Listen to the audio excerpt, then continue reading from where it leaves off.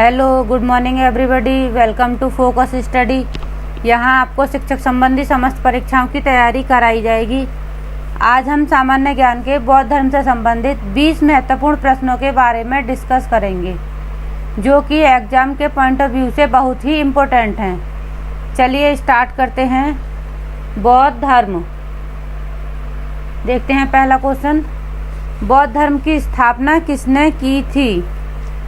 बौद्ध धर्म की स्थापना, देखिए क्या है इसका आंसर।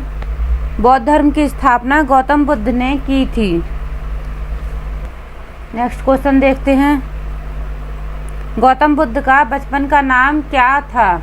यानी हमें ये बताना, ये फेमस तो थे गौतम बुद्ध के नाम से ही, लेकिन इनके बचपन का नाम क्या था? ये क्वेश्चन पेपर में बहुत आता है। इसको स्टार लगा लीजिए। इस क्वेश्चन को स्टार लगाइए, क्योंकि ये क्वेश्चन पेपर में बहुत आता है। देखते हैं। गौतम बुद्ध के बचपन का नाम सिद्धार्थ था। नेक्स्ट क्वेश्चन, गौतम बुद्ध की माताजी का क्या नाम था? देखिए, देखते हैं। माताजी, पिताजी और गौतम बुद्ध का बचपन का नाम और बौद्ध धर्म की स्थापना किसने की थी? कुछ मोस्ट इम्पोर्टेंट क्वेश्चन हैं जो एग्जाम में ज़्यादातर पूछे जाते हैं, ठीक है, वो मैं आपको बताती चलूँगी। गौतम बुद्ध की माता का नाम महामाया था, जो कौशल राजतंत्र की कन्या थी। ये याद रखना है। इसमें 2 क्वेश्चन रहते हैं कि उनका पालन पोषण किसने किया था और गौतम बुद्ध की माता का क्या नाम था, तो दोनों अलग अलग हैं। नेक्स्ट आगे कभी क्वेश्चन आएगा, वो देखिएगा। चलिए नेक्स्ट क्वेश्चन की तरफ देखते हैं। गौतम बुद्ध के पिताजी का क्या नाम था? तो गौतम बुद्ध के पिताजी का नाम शुद्धोधन था, जो शाक्य कुल के मुखिया थे। ओके, ये क्वेश्चन इस तरीके से भी आता है, गौतम बुद्ध किस कुल से संबंधित थे, या गौतम बुद्ध के पिता किस कुल से संबंधित थे? तो इसका आंसर होगा शाक्य कुल से। आते हैं नेक्स्ट क्वेश्चन की तरफ। गौतम बुद्ध का जन्म कब और कहाँ हुआ था? यानी हमें बताना है ये उनका जन्म कब हुआ था और कहाँ हुआ। देखते हैं इसका आंसर क्या है। गौतम बुद्ध का जन्म नेपाल की तराई में स्थित कपिलवस्तु के निकट लुम्बिनी ग्राम में 563 ईसा पूर्व में हुआ था। देखिए, ये क्वेश्चन इस तरीके से भी आता है कि गौतम बुद्ध का जन्म कपिलवस्तु में, ऑप्शन में इसमें 3 ऑप्शन दे रखे हैं स्थान की जगह पे, जैसे नेपाल की तराई में, या फिर कपिलवस्तु, या फिर लुम्बिनी। तीनों में से एक भी हो सकता है। एग्जाम में जब ऑप्शन आएगा तो तीनों में से एक भी हो सकता है, जरूरी नहीं है ये पूरा हो। नेपाल भी हो सकता है, लुम्बिनी भी हो सकता है, या कपिलवस्तु भी हो सकता है, बट मेनली कपिलवस्तु या लुम्बिनी होता है। आइए आते हैं नेक्स्ट क्वेश्चन की तरफ। बुद्ध का क्या अर्थ होता है? यानी जो बुद्ध शब्द है, इसका अर्थ क्या है? देखते हैं। बुद्ध का अर्थ ज्ञान होता है, यानी कि ज्ञान जो गौतम बुद्ध को प्राप्त हुआ था, ज्ञान प्राप्ति के पश्चात ही उनका नाम बुद्ध पड़ा था। आते हैं नेक्स्ट क्वेश्चन की तरफ। गौतम बुद्ध के पुत्र का क्या नाम था? देखते हैं गौतम बुद्ध के पुत्र का क्या नाम था। गौतम बुद्ध के पुत्र का नाम राहुल था। ओके, चलिए नेक्स्ट क्वेश्चन की तरफ। चन्ना कौन था? चन्ना गौतम बुद्ध का सारथी था। चन्ना कौन था? चन्ना गौतम बुद्ध का सारथी था। अब सारथी कौन होता है? सारथी जो जिस रथ में बैठकर गौतम बुद्ध ने अपने घर को त्यागा था, जो रथ को चलाने वाला होता है, उसको सारथी बोला जाता है। ओके, आते हैं नेक्स्ट क्वेश्चन की तरफ। यशोधरा कौन थी? अब हमें ये बताना है कि यशोधरा कौन थी। देखते हैं कौन थी। यशोधरा गौतम बुद्ध की पत्नी थी। देखिए, यशोधरा गौतम बुद्ध की पत्नी थी और गौतम बुद्ध की माताजी महामाया। ओके, गौतम बुद्ध के पिताजी शुद्धोधन और गौतम बुद्ध के बचपन का नाम सिद्धार्थ था। ओके, आते हैं नेक्स्ट क्वेश्चन की तरफ। प्रजापति गौतमी कौन थी? देखते हैं। इसका आंसर पहले, उसके बाद इसे एक्सप्लेन करेंगे। प्रजापति गौतमी गौतम बुद्ध की मौसी एवं प्रथम बौद्ध भिक्षुणी थी। देखिए, प्रजापति गौतमी जो थी गौतम बुद्ध की मौसी थी, या फिर ये कहिए उनकी सौतेली माँ थी, क्योंकि गौतम बुद्ध के जन्म के 7वें दिन गौतम बुद्ध की माताजी का देहांत हो गया था। तो उनके जो पिता थे शुद्धोधन, उन्होंने गौतम बुद्ध की मौसी से विवाह किया था। तो गौतम बुद्ध का जो पालन पोषण था, गौतम बुद्ध की मौसी या सौतेली माँ गौतमी प्रजापति थी, और वही बौद्ध धर्म में प्रवेश करने वाली प्रथम बौद्ध भिक्षुणी थी। चलिए नेक्स्ट क्वेश्चन देखते हैं। बुद्ध ने अपना पहला उपदेश कहाँ दिया था? ये क्वेश्चन तो TGT, PGT, UP TET, C TET, super TET सभी में आता है। ऐसा शायद ही कोई क्वेश्चन हो, कोई टीचिंग से संबंधित एग्जाम होगा जिसमें ये क्वेश्चन नहीं आता हो कि बुद्ध ने अपना पहला उपदेश कहाँ दिया था। देखते हैं। बुद्ध ने अपना पहला उपदेश सारनाथ यानी ऋषिपत्तनम में, सारनाथ, अगर सारनाथ नहीं होगा तो ऋषिपत्तनम होगा। मेनली सारनाथ ही पता होती है, और सारनाथ ना हो ऑप्शन में और सारनाथ की जगह ऋषिपत्तनम हो तो कंफ्यूज हो जाते हैं कि इसमें तो सारनाथ है ही नहीं, क्योंकि बुद्ध ने अपना पहला उपदेश सारनाथ में दिया था। तो ऑप्शन हमारा गलत हो जाता है, क्वेश्चन का 1 नंबर कट जाता है। ठीक है, तो सारनाथ नहीं होगा तो ऋषिपत्तनम होगा। इस चीज को स्टार लगा लीजिए आप। मैं पाली भाषा में दिया था।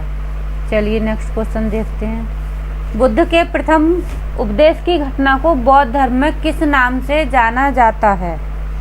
यानी कि ये क्वेश्चन ये कह रहा है कि बुद्ध ने जो अपना पहला उपदेश दिया था, उस घटना को बौद्ध धर्म में किस नाम से जाना जाता है, उसे क्या कहा जाता है? देखते हैं क्या कहा जाता है।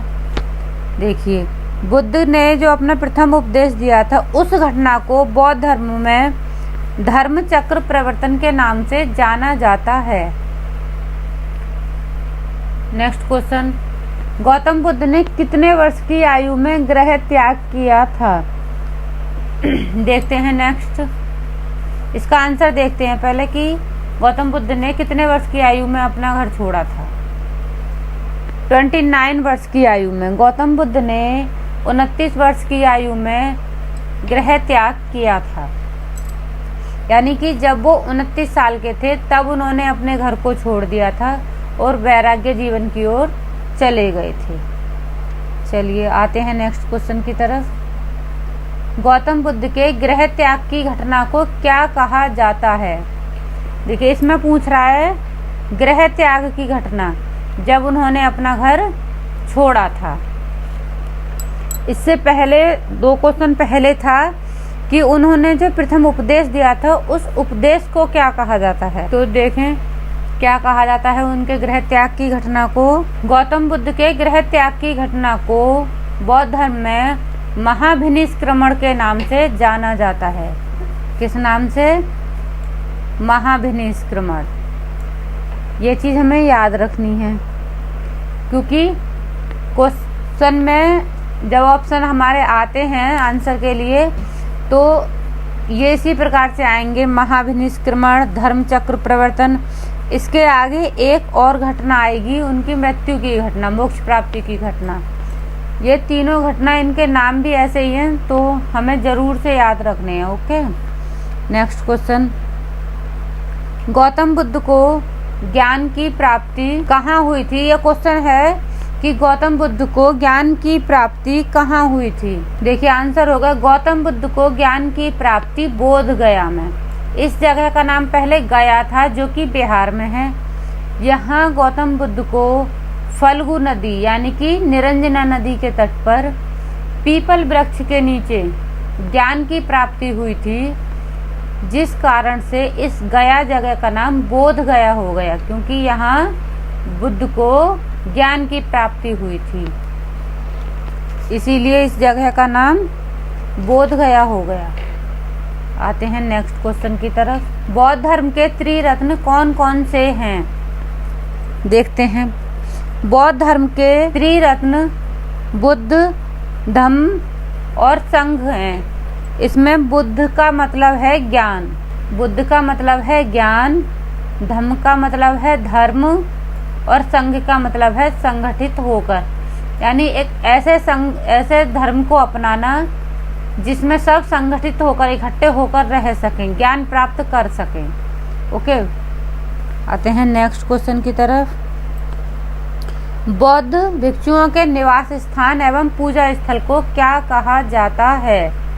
यानी इसमें पूछ रहा है कि जो बौद्ध भिक्षु होते हैं उनके निवास स्थान, जहाँ पर वो रहते हैं, निवास स्थान और पूजा स्थल, ये दोनों अलग अलग चीजें हैं।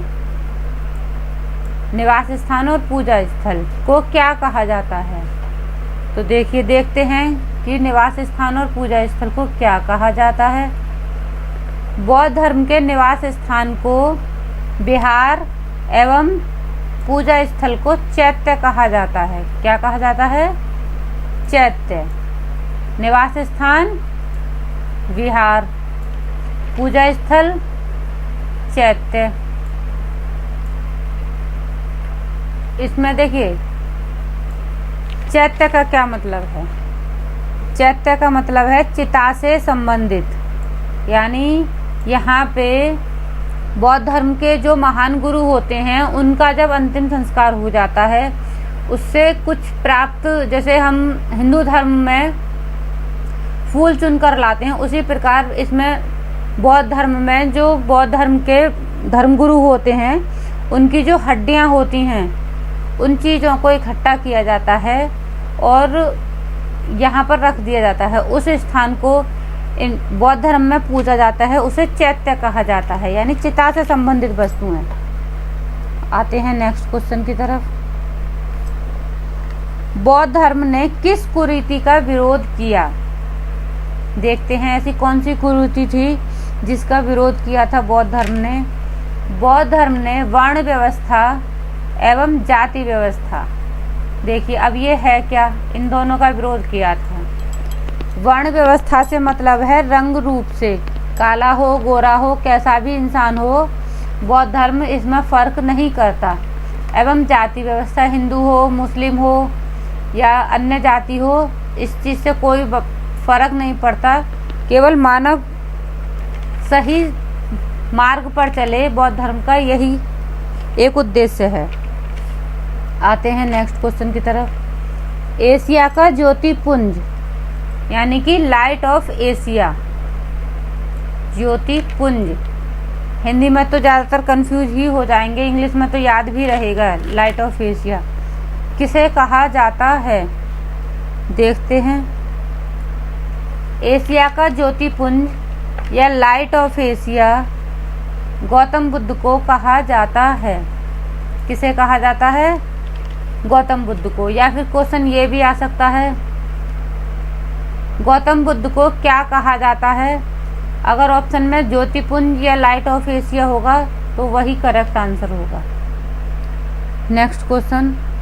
गौतम बुद्ध की माताजी का देहांत उनके जन्म के कितने दिन पश्चात हुआ था? देखिए, देखते हैं। गौतम बुद्ध की माताजी का देहांत उनके जन्म के 7वें दिन हो गया था, यानी कि जब गौतम बुद्ध का जन्म हुआ था उनके जन्म के 7वें दिन ही गौतम बुद्ध की माताजी का देहांत हो गया था। चलिए, तो आज के लिए इतना ही। प्लीज़ लाइक शेयर सब्सक्राइब ज़रूर करें और कमेंट करके ज़रूर बताएं वीडियो कैसी लगी।